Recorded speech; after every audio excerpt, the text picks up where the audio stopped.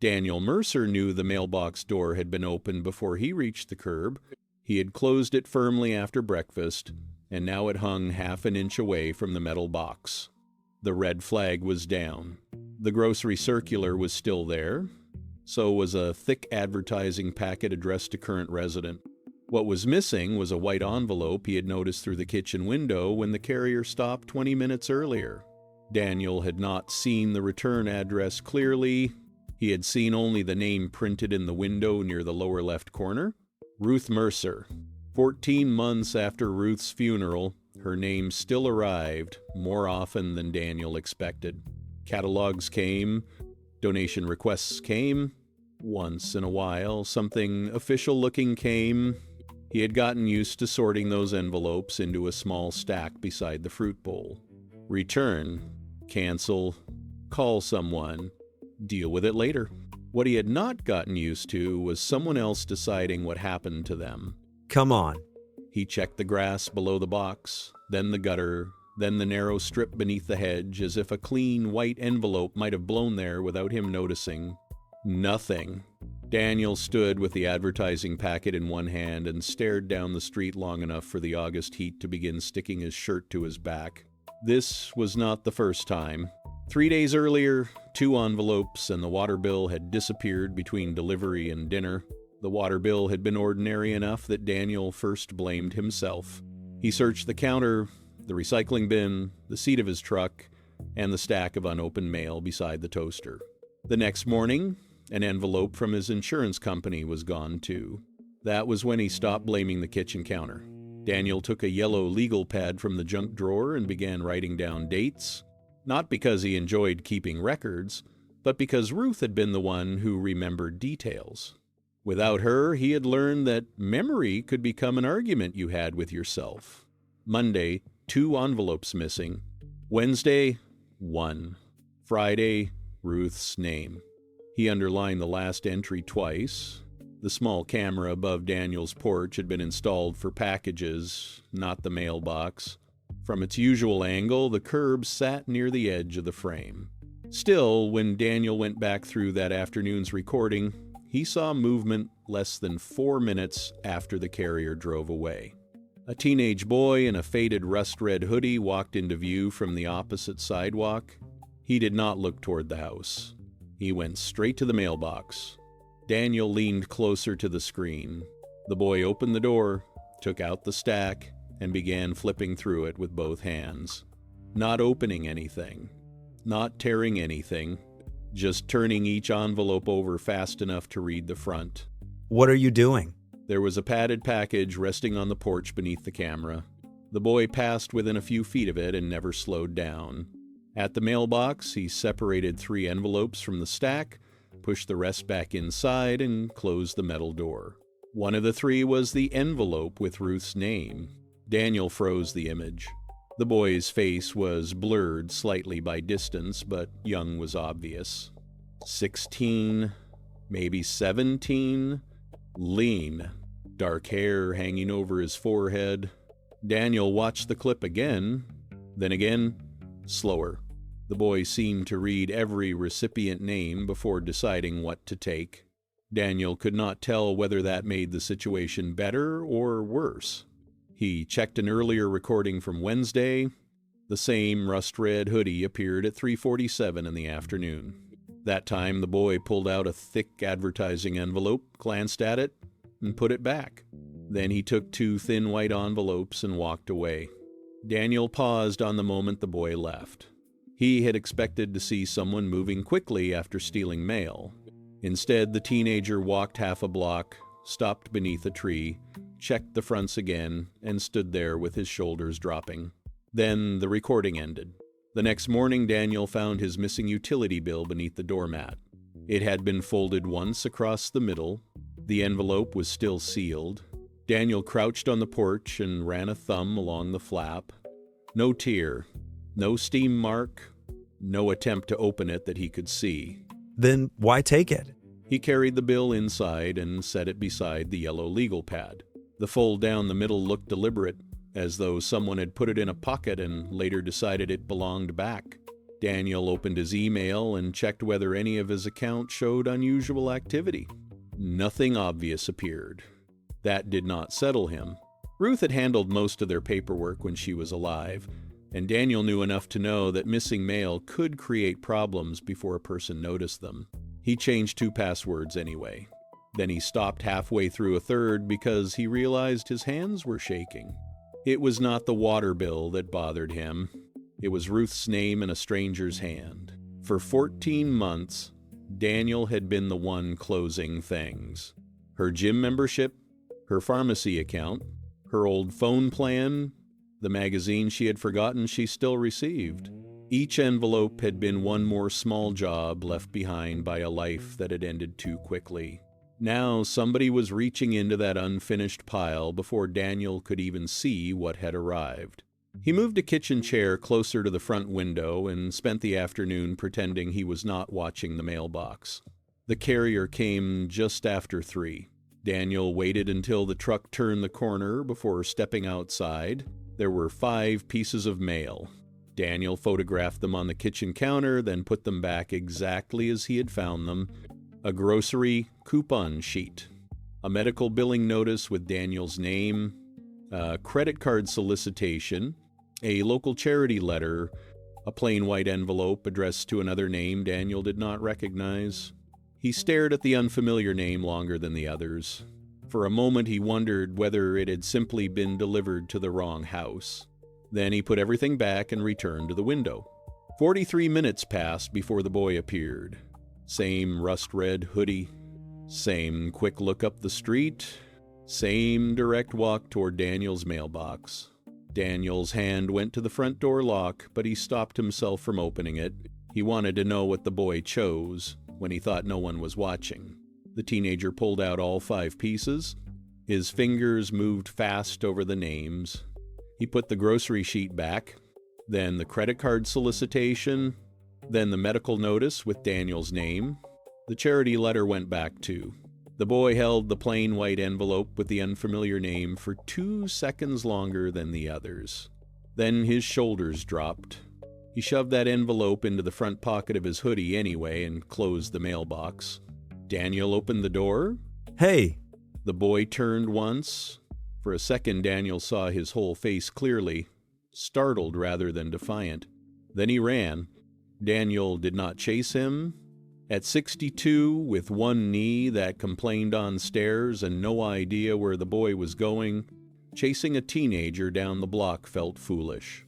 He went back inside, locked the door, and saved the video clip. The unfamiliar envelope was gone.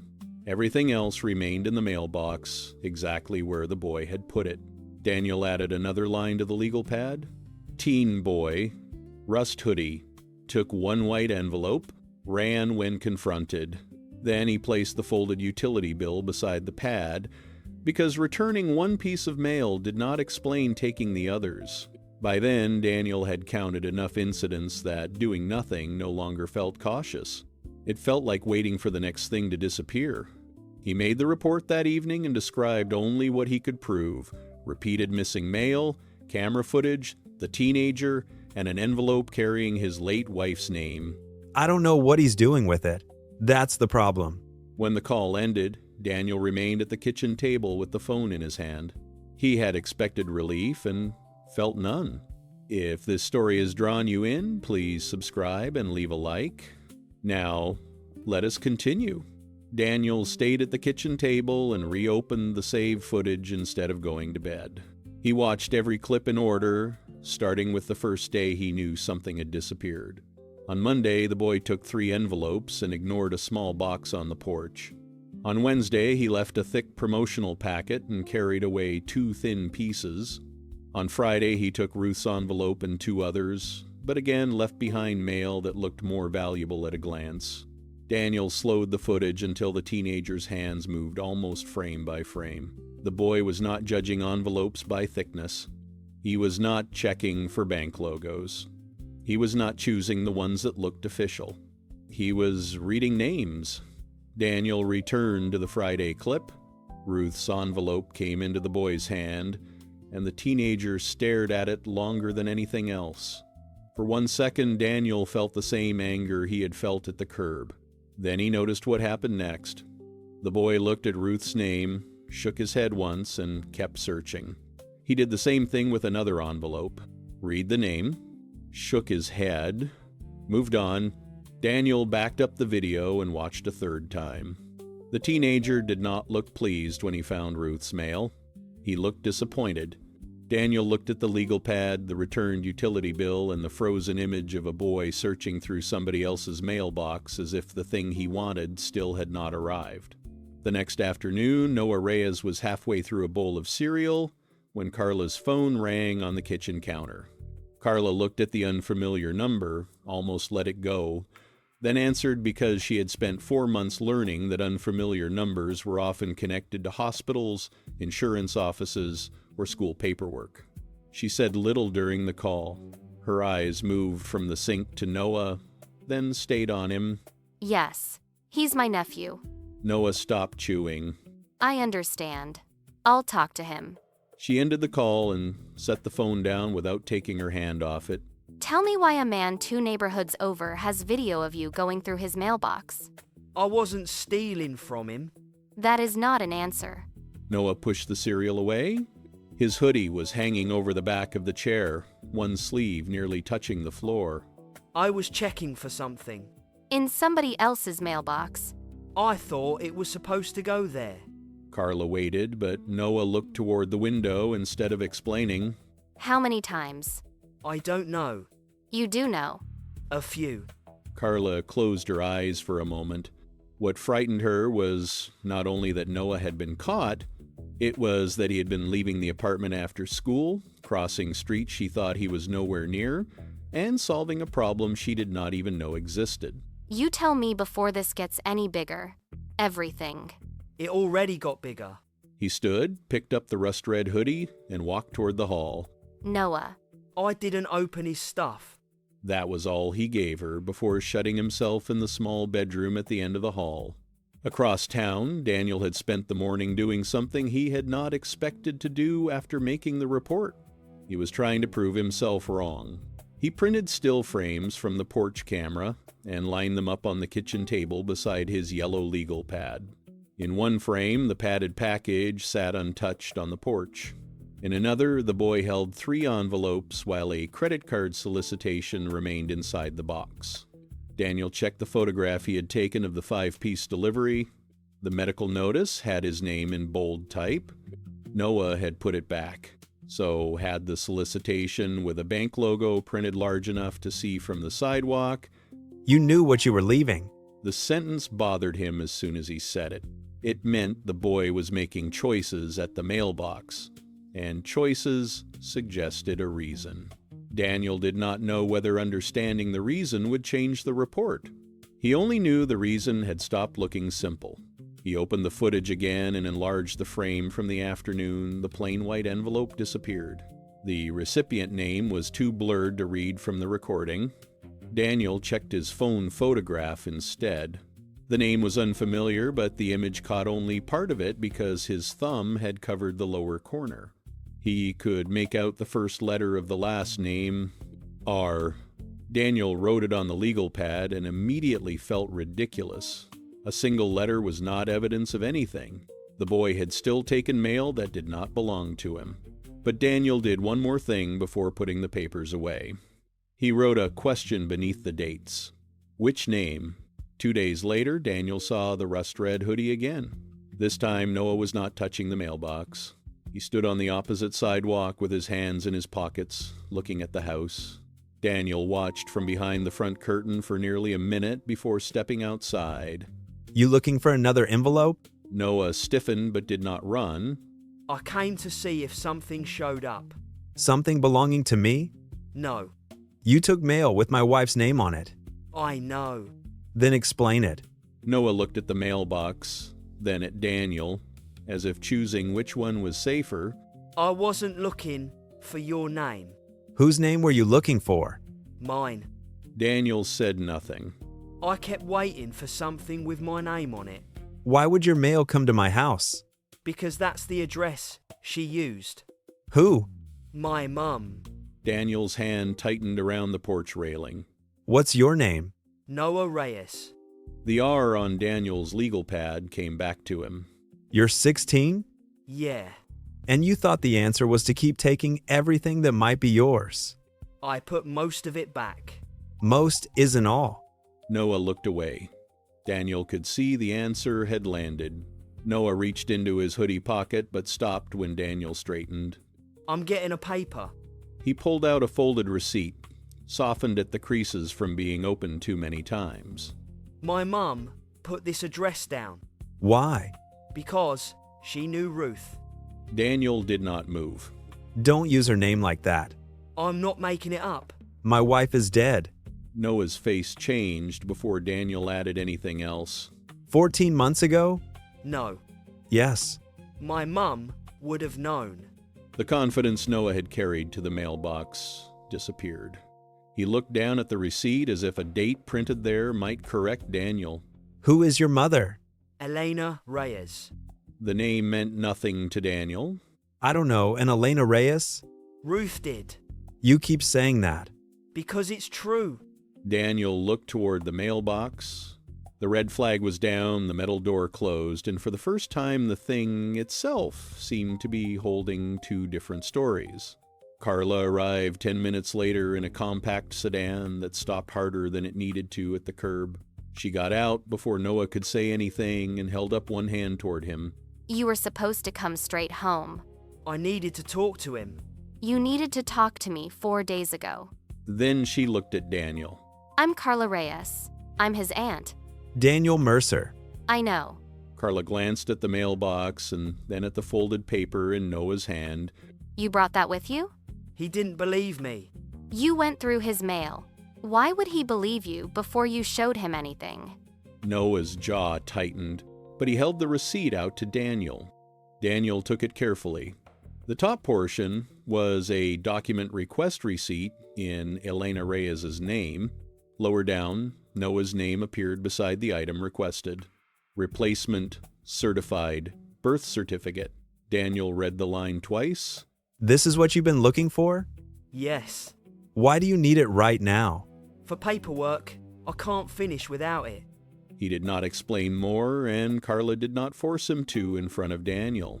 Daniel lowered his eyes to the mailing address printed on the receipt, his house number, his street, his city. The receipt was worn enough to have spent weeks in a pocket, but the address was clear. When did your mother put my address on this? Before everything went bad. Noah. Noah rubbed both palms against the front of his jeans. She told me Ruth said mail could come here if we needed somewhere safe. Ruth never told me that. That doesn't mean Elena invented the address. I'm not saying she did. You don't have to.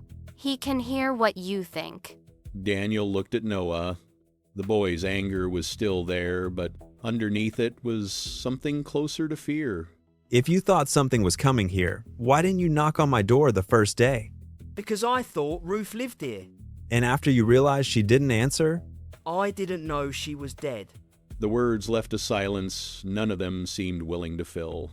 I kept thinking maybe she was out, or moved, or you were family and knew about it. I'm her husband. Then maybe you know where she kept stuff.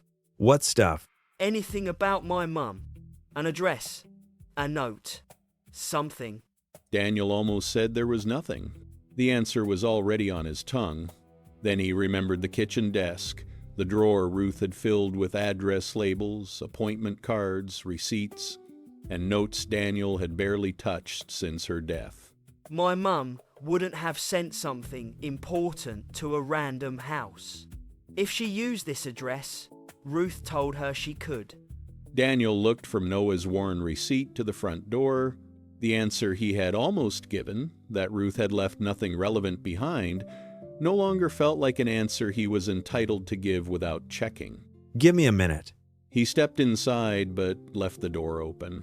Carla stayed near the porch while Noah stood beside the mailbox, watching Daniel disappear into a house he had been approaching for 10 days without ever being invited inside. You should have told me before you touched the first envelope. I thought I could fix it. Fix what, Noah? You still haven't told him what happened to your mom. Noah's eyes moved toward the open doorway. He looked suddenly younger than 16. He doesn't need all of it. He needed enough to understand why you kept coming back. Daniel returned before Noah could answer. He carried the receipt back with him, but no papers of his own. The desk is worse than I remembered. If Ruth wrote something down, it could take a while. Then, before you start, there's something you should know about Elena. Daniel looked at Noah. Noah stared at the curb. 4 months ago, Elena had a severe hemorrhagic stroke.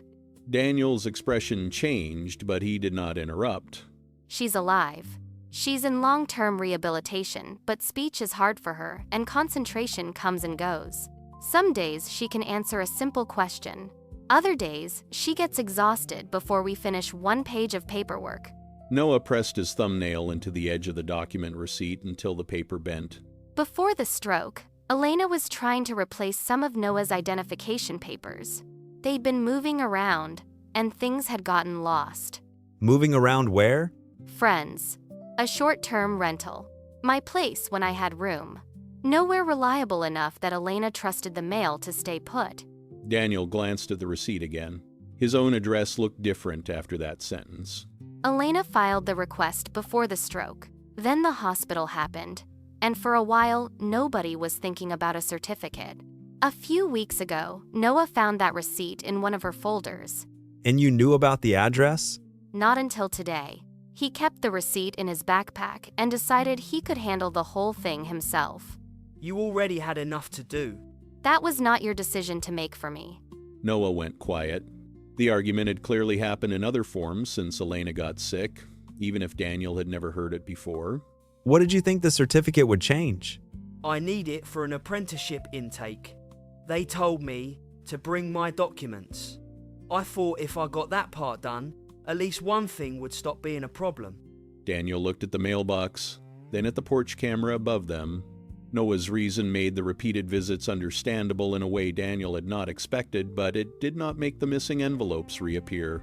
You still took things that weren't yours. I know. And now he knows you reported him because you had a reason too. Nobody answered that. The mailbox sat 10 feet away, unchanged by the fact that all 3 of them now understood it differently. Daniel asked Carla for her phone number and told them he would look through Ruth's papers that evening. If I find Elena's name, I'll call. Thank you. What about the report? Daniel did not answer immediately. I haven't decided what I need to add to it yet. Add to it? What I reported happened. What I understand about why it happened may be changing. Noah looked dissatisfied, but Carla touched his arm before he could argue. That's fair. After they drove away, Daniel stood in the kitchen doorway and looked at Ruth's desk. For 14 months, he had opened only the top drawer when he needed stamps. Everything beneath it had remained mostly as Ruth left it. The second drawer stuck halfway. Daniel pulled harder and heard loose pens roll toward the back. Inside were address labels, old appointment cards, grocery receipts, envelopes of coupons, and 3 small notebooks held together with a rubber band that had gone brittle. Daniel carried everything to the table and began with the newest notebook. Most pages were exactly what he expected. Phone numbers without last names, reminders about prescriptions, a note to buy furnace filters, a list of foods somebody disliked at a church dinner. He kept turning pages. One page had a phone number for someone named Elena, but no last name. Daniel stopped, checked the number against Carla's, and found no match. That could be anybody. He wrote down the page number anyway. The older notebook was harder. Ruth had packed entire weeks into corners, margins, and arrows that only she would have understood quickly. Daniel recognized her handwriting before he recognized most of the content. That was what slowed him down. He found an old photograph tucked between 2 pages. Ruth beside a folding table at some school family event, wearing the teal cardigan Daniel had donated after her funeral. Several adults stood behind her, but no names were written on the back. Daniel set it aside and kept going. Near the back of the notebook, a name finally stopped him. Carla Reyes. The entry was dated several years earlier. Ruth had written only a few lines. Elena and Noah may use our address for necessary mail while housing is unstable. Keep anything with their names together and let Elena know when something arrives. Daniel read the lines once. Then he read them again more slowly. Our address. That was the part that bothered him most. Ruth had written our, not my. Daniel searched his memory for a conversation he might have forgotten. A woman named Elena, a boy named Noah, someone picking up an envelope at the porch. Nothing came back clearly. He could imagine Ruth mentioning it while he washed dishes, or while a game played in the next room, or while he was already thinking about work the next morning. He could also imagine that she had never explained the arrangement because to Ruth it was small enough not to require a family meeting. Either way, Noah had not invented the connection. The note did not erase the camera footage. It changed what the footage meant. Daniel had been watching a teenager cross a real boundary without knowing that Ruth had once made that same address a point of safety for the boy's family. Daniel took a photograph of the notebook page and sent it to Carla. I found her. Carla called less than a minute later. That's Elena. That's exactly what Noah was trying to tell you. I know. Do you remember her now? No. That's the part I'm trying to understand. There was a pause on the line. Ruth met Elena through a school family support group years ago. Elena talked about her sometimes, not like they were best friends. More like Ruth was somebody who didn't make Elena feel ashamed when she needed something practical. Daniel looked at Ruth's handwriting while Carla spoke. She did things like that. Apparently, she did this one too. Daniel did not defend himself. He folded his free hand over the edge of the notebook and stared at the dated entry. After the call, Daniel returned to the yellow legal pad and placed it beside Ruth's notebook. One held his record of the last 10 days. The other held Ruth's record from years earlier. Daniel began comparing dates without knowing exactly what he expected to find. Monday, missing envelopes. Wednesday, 2 more. Friday, Ruth's name. The teenager's visits had started only after something convinced him mail for the Reyes family had reached this house. Daniel opened the photograph of Noah's receipt on his phone. The request date was before Elena's stroke. The delivery information Noah had checked later was what had sent him to Daniel's street. Then another memory came back, not from the camera footage, but from the mailbox itself. About 10 days before he first wrote anything on the legal pad, Daniel had opened the box and found a stiff, official-looking envelope addressed to Noah Reyes. He remembered the name now because it had looked unfamiliar enough to make him check the house number twice. Noah Reyes. At the time, the name had meant nothing. Daniel had written a return notation on the front, placed the envelope with outgoing mail, and forgotten it before dinner. He had not opened it.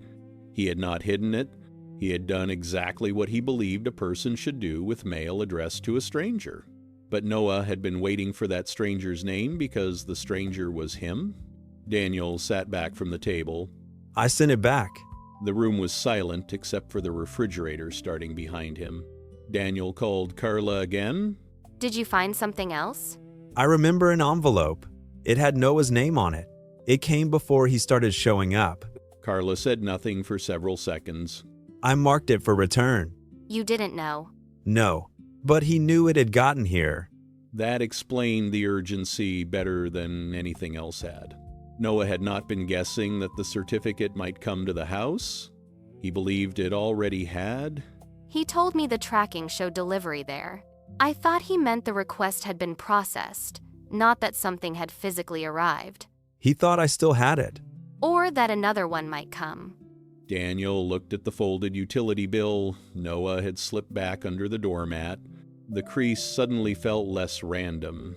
Noah had been making bad choices inside a search that had begun with one accurate fact. His mail had reached Daniel's house. Don't tell him yet. Why? I want to tell him myself. The following morning, Daniel received a routine follow-up call about the report. He sat at the kitchen table with Ruth's notebook open beside the legal pad while the person handling the complaint asked whether Daniel had learned anything new. Yes. He looked at the photograph of Ruth's note before continuing. I learned why he was looking through the mail. Daniel explained only the essentials at first. The teenager was Noah Reyes. A document in Noah's name had been sent to Daniel's address. Daniel's late wife had previously given Noah's mother permission to use that address for necessary mail. Then Daniel added that he had remembered returning an official-looking envelope addressed to Noah before the mailbox incidents began. He was told that additional context could be added to the record and that any saved footage, returned mail, or written information should be kept together. Nothing in the conversation allowed Daniel to pretend the previous 10 days had not happened. Noah had still opened Daniel's mailbox repeatedly. He had still carried away mail addressed to other people. Daniel had still confronted him, only after watching the pattern continue. But Daniel now held evidence that made his first explanation incomplete. After the call ended, he placed the phone between the two notebooks. On the legal pad, Daniel had written theft, missing mail, Ruth's name, and report. In Ruth's notebook, she had written, Elena and Noah may use our address. Both records were true. That was what made the next choice harder. Daniel could defend the report exactly as he first understood it and leave Ruth's note as a private complication. Or he could talk as though Noah's need erased the fact that other people's envelopes had disappeared. Neither version matched the evidence sitting on his kitchen table. Daniel picked up his phone and opened Carla's number. Before he pressed call, he looked once more at Ruth's handwriting and at the crease down the returned utility bill. He knew what he had to tell Noah about the returned envelope. What he had not decided was what he would say next about the boy who had come searching for it. Daniel called Carla before he could talk himself into waiting another day. He asked whether she and Noah could come by that afternoon. Is this about the notebook? The notebook and something I remembered after you left. Carla did not ask him to explain over the phone. She said they would come after Noah finished school. Before they arrived, Daniel cleared the kitchen table except for Ruth's notebook, his yellow legal pad, the creased utility bill, and a printed still from the porch camera. He considered putting Ruth's photograph there too, then left it in the drawer. The conversation did not need a shrine. When Carla's sedan pulled up, Noah got out slowly. He was not wearing the rust-red hoodie this time. Daniel noticed that and disliked himself a little for noticing it. Come in. It was the first time Noah crossed Daniel's front door instead of approaching the mailbox. Carla sat at one end of the kitchen table. Noah remained standing until Daniel pushed out the chair across from him. I found your mother's name. He turned Ruth's notebook so Noah could read it himself. Noah leaned forward over the page. His eyes stopped at his own name. She wrote me down. She wrote both of you down. Noah read the short entry twice, much as Daniel had the night before. So, my mum wasn't wrong. No, she wasn't. Daniel let that settle before moving the legal pad aside. There's another thing I need to tell you. What? Before you started coming to the mailbox, an official-looking envelope came here with your name on it. Noah stopped moving. I didn't recognize the name. I marked it for return and put it back out. You sent it back? Yes, That was probably it. I think it probably was. Noah pushed his chair back several inches. Carla did not stop him. The tracking said it got here. That's why I kept coming back. I understand that now. You didn't even ask who I was. There was nobody here to ask. Noah looked away because that answer was true and still did not make the loss easier. Now tell him the rest. What rest? The part where you didn't only look. Noah stared at the creased utility bill on the table. At first, I only checked the names. Then I saw the camera. So, you started taking stacks. I thought if I stood there reading everything, you'd come outside before I found it. So I grabbed a few and checked them down the block. And the ones that weren't yours? I tried to put them back. Tried. Yeah. Noah reached into his backpack and pulled out a white envelope flattened along one edge. This was still in the front pocket.